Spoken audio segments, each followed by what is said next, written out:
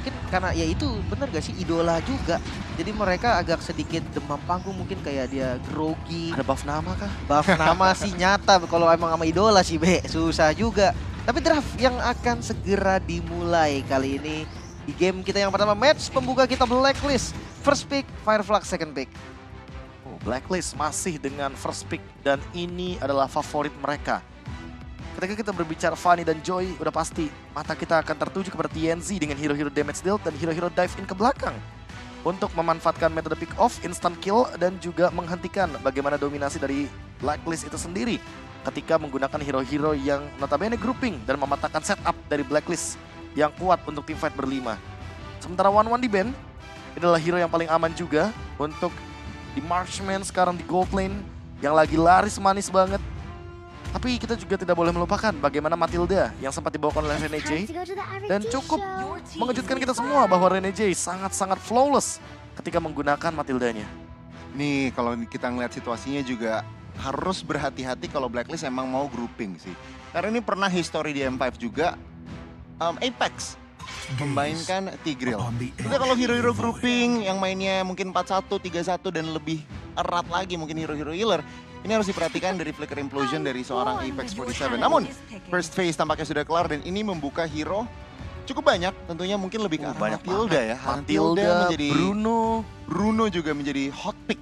Bahkan kalau kita di atas. berbicara Terisla di hot pick atas, Fireflux sempat membawakannya loh ketika bertemu dengan teman-teman dari tim Blacklist International di babak group stage. Pada kala itu mereka membawakan Tigreal, Terisla, dan juga Leomord untuk memicu ultimate dari Digi. Sehingga time journey seolah jadi percuma. Dan Dan Valentina ternyata Masih dengan semahal Valentina. itukah Valentina first pick? bagus sih. Ini tuh kayak jadi hero power, Valentina nomor 1 di Filipina, Yue. Yang tentu dengan secara data dan bahkan kepedean dia, apalagi di first pick, dia akan selalu membawakan Valentina ini. Lalu ada Terisla hot pick yang tadi udah sempat kita perbincangkan, namun Bruno masih terlepas Goni. Maxia yang diamankan terlebih dahulu untuk Fireflux itu sendiri. Mungkin bendinai Uranus juga, karena kita tahu sendiri Edward juga kerap kali bermain dengan Uranus, sehingga dengan Baxia Mark hal tersebut akan tercancel. Matilda Fredrin, hero yang sangat-sangat ofensif, tapi tidak melupakan bagaimana durability dari Fredrin itu sendiri. Ini dalam tanda kutip trio mids yang diamainin dari Blacklist. Matilda, Valentina dan juga Fredrin yang memang masih fleksibel dalam tanda kutip ya. 10% masuk EXP, cuman kita bisa anggap untuk masuk jungler terlebih dahulu. Yang aku ngeliat berarti mereka ingin menstabilkan aja dulu. 3 pick atas stabil dulu trio midnya dan oke, ditutup oleh Bruno di mana Fireflux tampaknya ngeliat Bruno masih buka, kita ambil aja dulu dan limitasi hero Oheb di fase yang kedua. Ban terhadap Cloud yang bagus banget untuk menghindari permainan lini depan yang sangat-sangat tebal. Jump in ke belakang adalah solusi dengan menggunakan Battle Mirror Image atau yang kerap kali kita sebut dengan BMI. Bruno pick menandakan kalau Fireflux akan bermain dengan metode front to back. Permainan mengincar lini depan dulu baru menghajar lini belakang sehingga Fredrin dan Matilda seharusnya akan memiliki backup lane lebih daripada Fredrin saja seorang di lini depan. Entah nanti akan dibawakan Paquito terhadap Edward atau Benedetta. Untuk Edward yang penting Bruno-nya bisa terancam karena Blacklist ketika membawakan line up ini mereka masih kurang untuk mengancam lini belakangnya. Tapi kalau ngomongin soal Bruno, Fireflux dari kemarin belum pakai Bruno loh. Sama sekali. Di matchnya ketika melawan Default, 2 kali Beatrix dan 2 kali Retail. Ya Tanpa karena Bruno. kita juga melihat Sunshine lebih suka untuk memainkan hero-hero yang memiliki instant burst damage dan juga kendali terhadap area of effect, salah satunya adalah Beatrix. Sunshine gemar banget sih lebih tepatnya untuk bermain dengan Banned Rage. Karena mungkin Apex 47-nya juga mainnya pick off kan. Jadi Divine Judgment, lalu Banned Rage. Yeah. Beberapa kali juga kita melihat bagaimana kombonya dengan Tigreal, dengan Implosion dan Banned Rage-nya juga berkali-kali bisa membubarkan pasukan dari lawan-lawannya. Iya dan tampaknya Blacklist juga mereka mengerti dan kita juga udah sempat bahas Apex 47 dengan Tigreal-nya langsung dilimitasi saja, di ban begitu aja dan kita lihat nih Fireflux menggunakan waktunya, mereka tampaknya masih bingung antara kita nge-ban ke arah EXP atau Gold Lane dan ternyata jawabannya when the body suffers itu voice over Benedetta. dari Benedetta, berarti nggak langsung komit ke arah Oheb, ini komit kiri kanannya satu sama satu di ban. Oke. Masih ada beberapa hero yang mungkin masih bisa dibawakan juga oleh Oheb. Salah satunya adalah Beatrix. Ketika nanti bersama dengan Matilda, ini akan sangat ofensif sekali. Escape skills-nya juga akan bertambah, nggak cuma modal tactical repositioning dan flicker, tapi ada guided wing juga. Namun, Kalau kita melihat dari kubu Fireflux, mereka juga minim akan hero untuk Rosa. Yang dimana kita tahu sendiri Lilia yang sering sekali dibawakan oleh Rosa sudah di-ban oleh Fireflux sendiri. Dan sekarang Novarianya ditutup. Apakah ini menjadi pertanda atau sinyal bahwa Rosa akan muncul dengan hero lamanya di ajang M4 World Championship? Entah itu Varsi atau Lunox Bisa banget. yang sempat dibawakan. Karena apa? Karena Baxia, Bruno, Lunox ini permainan front to back-nya kelihatan banget. Jelas, ya. Kalau ditambah dengan Apex 47 yang membawakan Kaja, kita akan dibawa nostalgia dengan combo Kaja Lunox. Kalun ya Kaja Lunox menarik. Kalau misalkan kita putar Terisla-nya di mid, Magicnya isi di mana, Bi? Magicnya bakal sedikit mengisi ke arah XP lane kah? Esmeralda gitu. Susah ya, agak susah Tapi ya. agak susah sih, agak wasted juga sebetulnya. Iya, sayang. Mending Sayang EXP banget. aja. Karena dengan Terizla aja aku lebih setuju EXP karena lawan Yuzong oke. Paling mungkin agak keteteran kalau head to head banget Khalid. Tapi itu juga early. Nggak masalah sebenarnya bahkan lawan Khalid kalau udah masuk late. Jadi kalau kita ngeliat Fireflux, oke. Itu dia. Dengan nyamannya. Sebuah sinyal Kaja. yang menandakan bahwa Last Pick akan menuju ke arah Rosa. Dan masih kita pertanyakan juga apa yang bakal dibawakan oleh Rosa. Dengan banyaknya hero mid laner yang sudah diperebutkan juga. Lilia di-ban, Novaria di-ban, tapi Valentinanya diambil. Paramis bahkan masih available sebenarnya kalau emang mau. Tapi kalau misalkan mengambil Faramis, sudah pasti Blacklist kan memiliki tim fight yang lebih mengerikan. Karena anggap aja mereka bawa Matilda dan Faramis. Iya sih.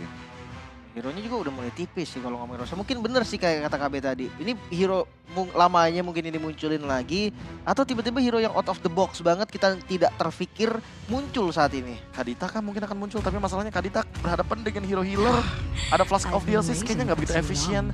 Kari yang bisa membawakan Purify juga dibawakan kali ini. Dan Edith yang akan mengisi di bagian XP lane. Hero yang sangat-sangat berdempetan dari Blacklist International ketika mengetahui bahwa Apex 47 bermain dengan Kaja. Jadi mereka malah memperkuat lini dalamnya menghindari pick off.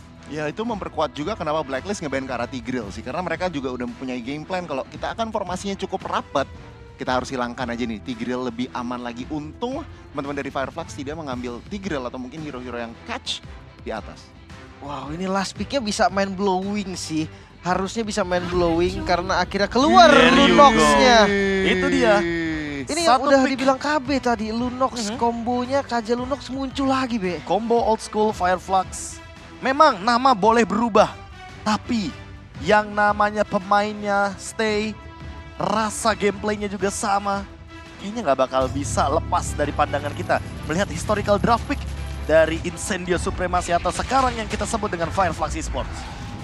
Oke, Lunox. Tapi banyak sisi juga sebenarnya sih, Be. Banyak Ada banget. Edit, ada Fredrin. Cancellation-nya juga banyak gak sih? Kayak ada Lunox dengan Terrify, terus juga ada gangguan dari knock up airborne-nya Matilda. Jadi kayaknya Lunox-nya cuma jadi Lunox eksekutor, bukan Lunox yang benar-benar bisa buka team fight, kecuali kalau Rosa memang seberani itu untuk memfollow up Baxia yang berada di depan. Oke, dan langsung saja kita menuju ke Land of Dawn di match kita yang pertama. Game yang pertama lower bracket. Best of 5 pastinya, dan di match kali ini akan ada yang pulang. Oh, jadi kita langsung aja masuk ke arah Land of Dawnlin. Oke, dan ngomongin soal Lunox lagi nih balik ya. Lunox jadi eksekutor, berarti memang Lunox-nya ini hanya sebagai follow up aja. Tunggu bener-bener dibuka dan nyaman, baru dieksekusi. Setuju sih, dan bahkan kalau kita ngeliat tadi spell check-nya, itu kebanyakan flicker. Tentunya kedua jungler akan mengamankan Retribution, tapi satu Bruno dari sisi Fireflux ini lebih main secure aja. Karena yang kita tahu crowd control tadi sempat di-mention juga dari draft udah terlalu banyak. Oh, ada sedikit Aja. fight. Oke, ini punishment flicker digunakan juga. Satu source lagi yang terbuang dan hampir saja bisa digocek, namun first blood tetap bisa diamankan oleh Fireflux. Terlalu dalam tampaknya ya, membuang flicker juga sebuah, aku nggak mau bilang miskalkulasi, cuman sebuah pergerakan yang sangat agresif tapi sangat-sangat merugikan. Ya, resikonya lumayan tinggi karena nanti di setup turtle tentu tidak ada flicker bagi masing-masing roamer. Hal tersebut tentunya akan membuat nantinya team fight agak sedikit 50-50. Namun perlu diperhatikan juga bahwa TNZ sepertinya masih cukup ditemani nih oleh Rene J dengan Matildanya. Dan ini akan tentunya melakukan screening. Nggak pernah akan map dari atau TNZ ini jalan, selalu pasti akan muncul. Tentunya memberikan informasi, mengganggu rotasi saja. Dan itu yang mungkin harus dipikirkan nih, Fireflux mau mencari lane lain atau mau nge-cover dari Baxia yang kita tahu Baxia cukup tanky ya di early. Jadi sebenarnya ditinggal aja nggak apa-apa. Karena kalau misalkan kita lihat dari rotasinya dan bahkan dari emblemnya Firmness, hal tersebut yang membuat adanya hybrid defense juga. Tambahan dan connecting banget sama emblem tank juga. Sementara lihat rotasi cepat Ini dia yang mungkin akan menjadi jawaban bagi Blacklist International setelah mereka dikalahkan oleh Fireflux 2-0 di babak grup B. Tapi hanya tahun ya skirmish-skirmish aja sih, belum ada yang komit juga. Mungkin di Turtle nanti ini baru dieksekusi oleh mereka berdua. Ya, ini kita lihat aja nih setapannya tentunya. Dengan kali ini TNZ pun tidak mau langsung terlalu komit ke arah fight. Mereka tunggu setup yang kemungkinan besar akan 4 lawan 4.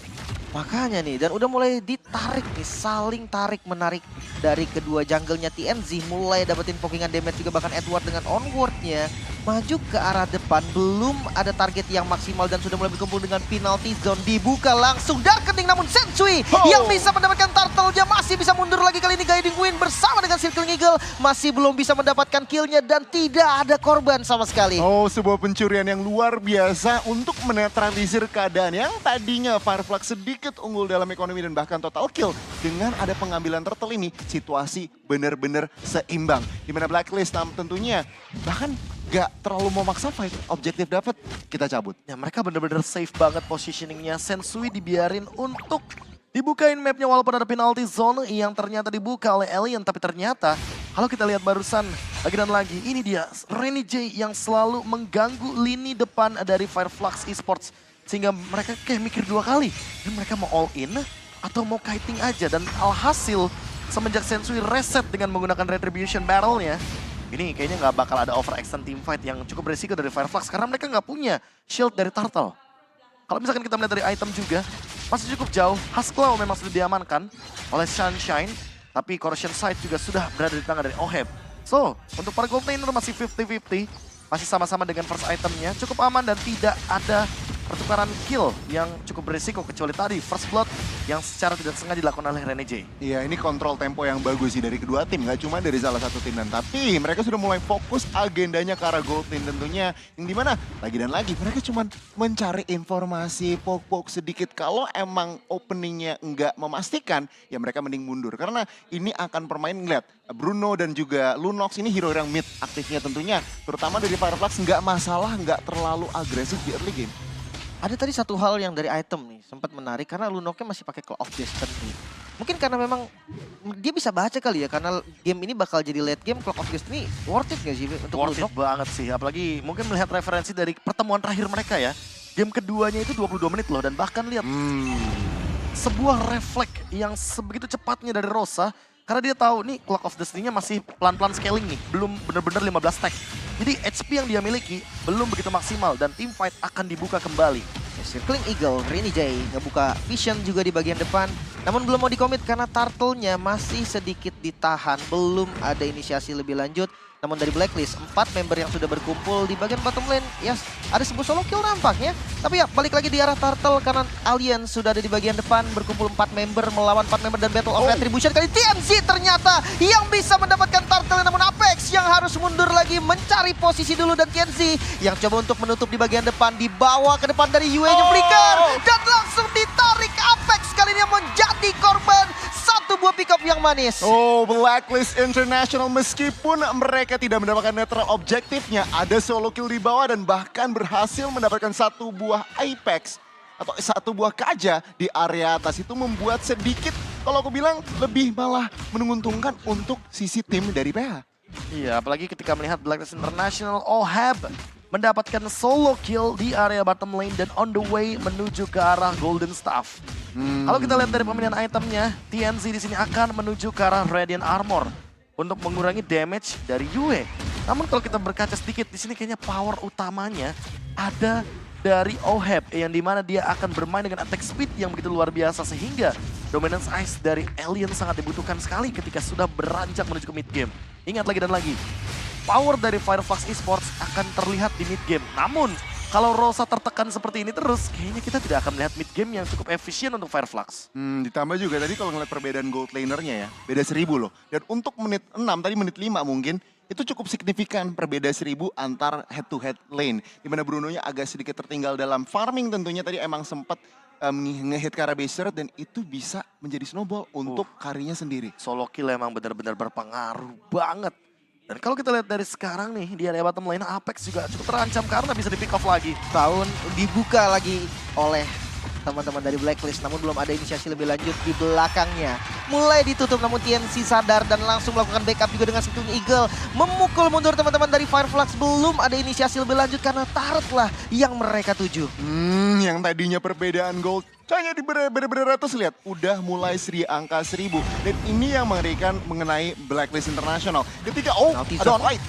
Connect karena 3 target masih bisa kabur juga, namun Darkening bersama dengan Order Brilliant Rosa mengeluarkan semua source-nya hanya untuk memukul mundur.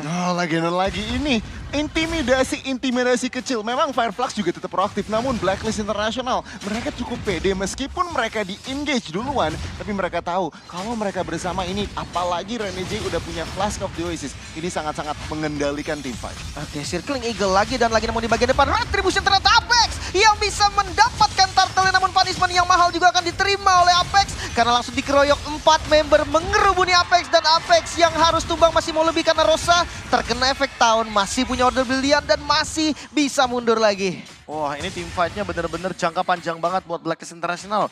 Pasca Renegade mendapatkan Flask of the Oasis dan menimbulkan sebuah space yang luar biasa untuk top lane karena Oheb dia farming sendirian, dia tahu kapasitas bagaimana Kari akan bermain dan bersinar di late game setelah itemnya akan dia jadikan sedini mungkin. Dan sekarang Oheb sudah memiliki 2 item di menit yang ke-8. Ini akan menimbulkan efek yang positif untuk teman-teman dari Blacklist International. Apalagi Apex 47 walaupun mendapatkan turtle tanpa adanya pertukaran point kill yang sepadan, lagi dan lagi Blacklist selalu diuntungkan walaupun mereka tidak mendapatkan pundi-pundi objektif utama yang mereka cari. Dan ini yang mengerikan karena ini udah masuk mid game yang mungkin sebentar lagi mestinya dari Lunox dan juga Bruno aktif. Namun dengan keadaan yang cukup behind, ini aku melihat Fireflux akan lebih pasif lagi dalam mencari fight dan nunggu lagi late game. Karena sekarang ekonomi mereka tertinggal. Blacklist kiri kanannya udah berhasil jebolin dari pertahanan Fireflux. Dan tentunya ruang gerak jadi semakin sempit.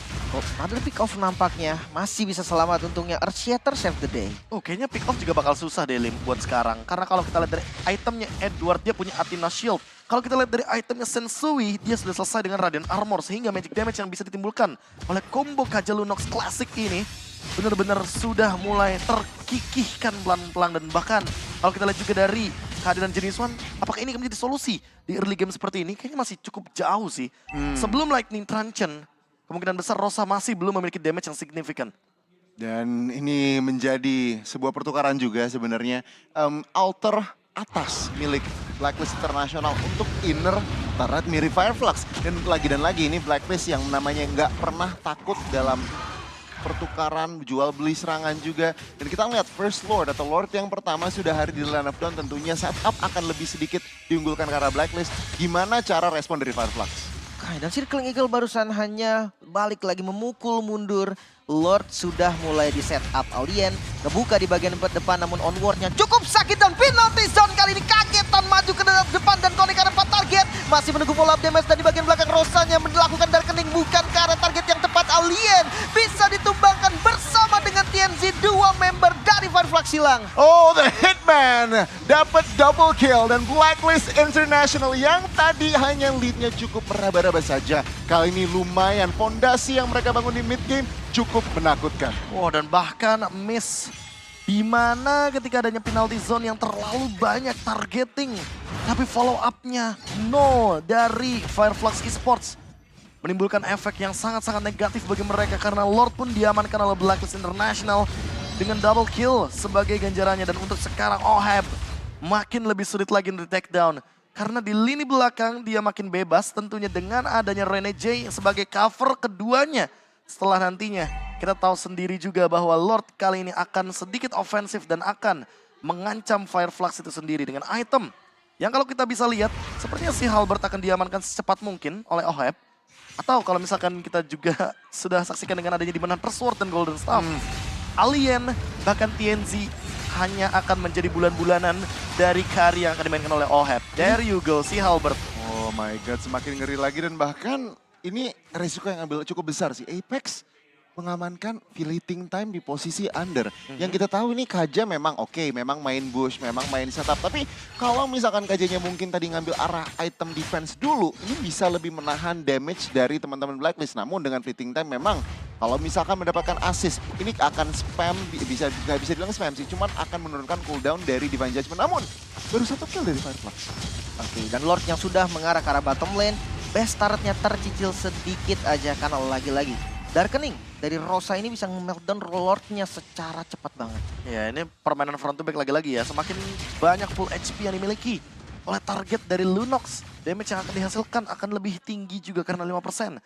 Namun perlu dicatat juga bahwa carry yang dijalankan sama Oheb kali ini adalah hero late game yang sudah benar-benar mencapai power spike-nya sedini mungkin. Sehingga ini adalah ancaman untuk Fireflux Esports. Mau tiba-tiba dapetin momen dari Alien dengan 4 pemain terkena penalty zone sekalipun, kalau seandainya tidak dieksekusi dengan cepat, apalagi kebetulan kalau kita lihat Oheb-nya full damage, ini kemungkinan besar permainan counter re-engage akan dimainkan oleh Blacklist International. Apalagi kita lihat dari tadi Sensui kerap kali bermain dengan melakukan town cover, bukan untuk town initiate. Dan ini kalau kita ngeliat dari damage dealt-nya juga, ini kedua mid laner ya. Ini sesuai dengan keys to victory di mana kasih lihat mid lane-nya adu mekanik dan ya mereka akan menjadi top damage dealt. Di mana Yue tentunya masih cukup signifikan perbedaannya 8.000 berbanding Rosa. Targetnya juga sih beda sih. Kalau misalkan kita berbicara Yue dengan Valentina, dia bisa mengincar 2-3 target sekaligus dengan menggunakan skill shot-nya. Tapi kalau misalkan kita berbicara Lunox, ingat Lunox ini tipe single target dengan Darkening yang dia miliki. Sehingga dia nggak bisa untuk men-take down 2-3 target sekaligus. Kecuali kalau misalkan dia memainkan combo Rosa Didi. Wah, itu combo yang cukup klasik. Tapi Damage-nya sangat disayangkan damage-nya nggak bakal maksimal untuk Belum. permainan front to back. Tapi untuk mengincar lini belakang itu sangat-sangat menakutkan. Oke, dan Lord kali ini yang lagi dan lagi di setup oleh teman-teman dari Blacklist. Iya, ke reset nggak apa-apa kok, nggak kelihatan juga. Vision di depannya agak susah nih, karena kalau ngomongin Apex yang ngebuka, bisa langsung di-commit kan? Ini mau langsung keluarin Lordnya atau enggak ya? Mereka soalnya bisa munculin Lordnya nanti di detik 11. Tahan ya? Masih tahan. Oh, langsung sih kayaknya. Iya, mereka nggak mau terlalu berlama-lama, mengetahui juga lane bawahnya sudah dijalankan oleh Rosa dan juga Sunshine. Ya, ini akan adalah first Lord atau Lord yang pertama tentunya nggak terlalu bermasalah mestinya, kecuali memang dari Fireflux-nya sedikit blunder. Jadi ini aku expect Fireflux udah menstabilkan situasi aja, main cukup safe. Jangan mau terlalu cari opening, kecuali Blacklist International yang terlalu overextend. Ini masalahnya adalah Lord Enhance juga. Dan tentunya bisa menjalankan 3 wave dari Blacklist International ketika kita melihat bagaimana Lord yang di area bottom lane secara bersamaan didorong juga oleh Edward di area top lane untuk wave minionnya. Ini akan menjadi 3 lane push pertama bagi Blacklist International semenjak tadi Lord yang dihancurkan dengan cepat di menit yang ke-10. Makanya nih, wah Oheb-nya juga udah pegang 2 buff ya. Ini udah ready banget untuk fight dan lagi-lagi best turret di bagian bottom lane sebagai incaran pertama. Karena Lordnya langsung charging juga. Berhasil dapetin 2 best turret. Oke, onward ke bagian depan dan langsung dieksekusi dengan cukup manis. Apex hilang, masih mau lebih nampaknya karena sudah ada best turret di bagian top lane juga yang bisa langsung dihancurkan. Bahkan best terakhirnya langsung terekspos dengan tahun yang connect kali ini Karalian. Belum sempat penalti zone bakal Rosa di bagian depan juga Darkeningnya masih bisa di-cancel untungnya. Masih punya Starlight Push dan Order Brilliant namun Sunshine hilang. Dan satu member tersisa kali ini Blacklist International takes the game 1. Oh my god, Blacklist International. Sangat textbook dan sangat technical. Di game yang pertama, snowball berhasil dilakukan dan wow, teman-teman dari Fireflux tampaknya gagal untuk menahan game ini ke arah late game. Gempuran tidak henti diberikan dan ternyata late game hanya menjadi mimpi. Layaknya Lunox yang bermimpi tentang Land of Dawn. Dan kali ini Blacklist International menghadirkan sosok Kari prematur yang sangat cepat sekali. Bahkan sebelum waktu atau power spike tertingginya hadir, dia udah bener-bener lahir dengan banyaknya pundi-pundi point kill yang menguntungkan bagi Oheb. Ini terlihat darah The Hitman memang tertunjuk di dalam game.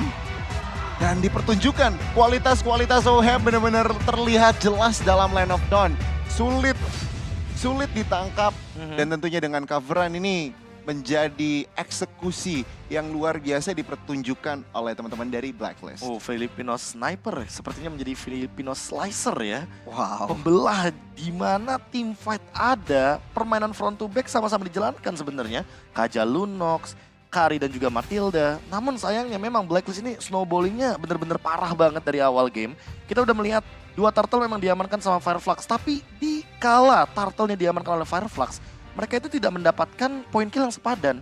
Mereka tidak mendapatkan objektif juga, mereka tidak mendapatkan snowballing effect yang tentunya menguntungkan bagi mid laner mereka Rosa atau bahkan mungkin untuk Bruno yang dibawakan sama Sunshine. Sehingga rotasi yang awalnya mungkin kita kira agak-agak sedikit ekstrim dari Fireflux, semuanya terbantahkan hanya karena poin kill yang selalu didapatkan oleh teman-teman dari Blacklist International. Yang gue kaget sebenarnya solo killnya sih, Be. Itu ya. Kari bisa kill Bruno tuh kejadiannya gue penasaran banget. Di early game. Ingat, Itu dia. di Iya. early game loh. Bener. Dan itu udah punya Hasklaw Brunonya, ngomong-ngomong. Makanya kan. Jadi ini udah punya Hasklaw, udah punya Corrosion Sight juga dari OHEP. Dan itu yang sempat akan kita lihat bagaimana kehadirannya nanti ketika sudah mulai masuk ke MVP highlight. Tapi ini dia MVP untuk di game yang pertama, Yue dengan Valentina nomor 1 Filipina. Dengan membawa Rapture Wilderness Blessing dan bahkan adanya Impure Rage. Ini akan menimbulkan damage tambahan per 5 detik. Dan ditambah dengan Lightning Truncheon, efek Resonate yang tentunya sangat-sangat menjengkelkan dengan magic damage. Yang sekarang pun sangat connecting dengan Winter dan juga Enchanted Talisman. Dan dia pergunakan atau eksploitasi Wilderness Blessing-nya juga cukup bagus sih. Dia selalu berada di rotasi, selalu berada. Yang kita tahu memang dari clearing early game, Valentina ini agak sedikit ahead dari Lunox. Mungkin kalau di pop kalah, tapi yang penting clearing. Kalau kita ngomong clearing, ini akan tentunya membuat Yue rotasinya lebih cepat. Dan gak cuma itu, lihat Gon, di mana teamfight dari Blacklist rata-rata ya tentu di area dari Pit Turtle. Karena mereka memaksimalkan Wilderness Blessing yang dimainkan oleh Yue juga. Agar nanti teamfight dan poin-poin asisnya tidak sia-sia. Kita juga sempat melihat bagaimana counter initiate yang dibawakan oleh Blacklist International ketika penalty zone dari Alien. Ngincar keempat pemain namun tidak ada follow up damage. Dan hingga pada akhirnya kita melihat ini dia satu base yang dihancurkan dengan instan dan bahkan ditambah juga dengan power dari Bruno yang dia single target. Beda banget mungkin kalau misalkan kita berbicara hero-hero defender high ground. Dan sayangnya TNZ adalah satu-satunya orang yang tersisa di Land of Dawn dari Fireflux Esports dan tidak bisa melakukan apapun sayangnya ketika dia berada dalam keadaan sendirian. Ya ini terlihat juga sebenarnya dari Blacklist. Mereka juga mengetahui sebenarnya kalau dibawa terlalu lead, ini akan bahaya menjadi banget. try hard. Bahaya Game banget. yang ya memang mereka punya Kari, tapi lebih bahaya lagi karena Lunox Bruno-nya udah aktif. Iya, dan Lunox Bruno yang aktif ini ternyata tidak begitu dibilang Belum menjadi sempat. ancaman. Belum sempat aktif kayaknya. Walaupun kita bisa melihat loh, ini sebenarnya damage banget loh dari Rosa dan juga dari Sunshine. Mereka sama-sama bawa emblem assassin, mereka sama-sama bawa weapon master. Dan kalau kita lihat juga dari pemilihan emblem yang dibawakan oleh Rene J, dia akan mempercepat cooldown dengan menggunakan Inspire dan juga emblem dari support. Sehingga dengan bermodalkan satu Enchanted Talisman, kayaknya cooldownnya udah bener-bener powerful banget. Makanya dia nggak takut untuk melakukan spam dengan menggunakan Circling Eagle. Dan semenjak kita melihat adanya satu Flask of the Oasis, kita juga tidak melihat bagaimana pick off yang dijalankan oleh Fireflux Esports ini bisa maksimal. Fleeting Time yang menjadi opsi utama dari Apex 47 setelah dia menjadikan item Dominance Ice dan juga Silence Drop kayaknya nggak menolong banyak. Tapi aku suka sih untuk pemilihan Dominance Ice terlebih dahulu. Dia sadar kalau lawannya Kari ini bakal menjadi malapetaka nantinya ketika sudah beranjak dan memiliki Golden Staff. Jadi dia kurangi dengan menggunakan attack speed reduction. Cuman kalau ngomongin soal Lunox nih, Be, ini diskusi aja sih sebenarnya. Lightning Truncheon nih sebenarnya masih worth gak sih untuk Lunox? Kayaknya Dia paling worth genius it tadi sih. langsung kan. Iya, kayaknya paling worth it gak sih? Cooldownnya Karena kan? Iya, kayak harus nggak sih lebih tepatnya. Karena cooldownnya akan represent the penetration. Kalau kita mungkin melihat jenis one, oke, dia punya penetration yang flat. Dia mendapatkan penetration dari bonus-bonus dan bahkan dari target yang akan dia hajar. Tapi masalah utamanya adalah Lightning Truncheon ini tuh item yang jauh lebih mahal di patch yang sekarang. Karena entah kenapa kalau kita lihat dari efek resonate-nya, dia udah menimbulkan efek yang positif. Karena per 6 detik bayangin Lunox sudah memiliki magic bonus damage setara dengan 120% dari maksimum magic power yang Lunox miliki.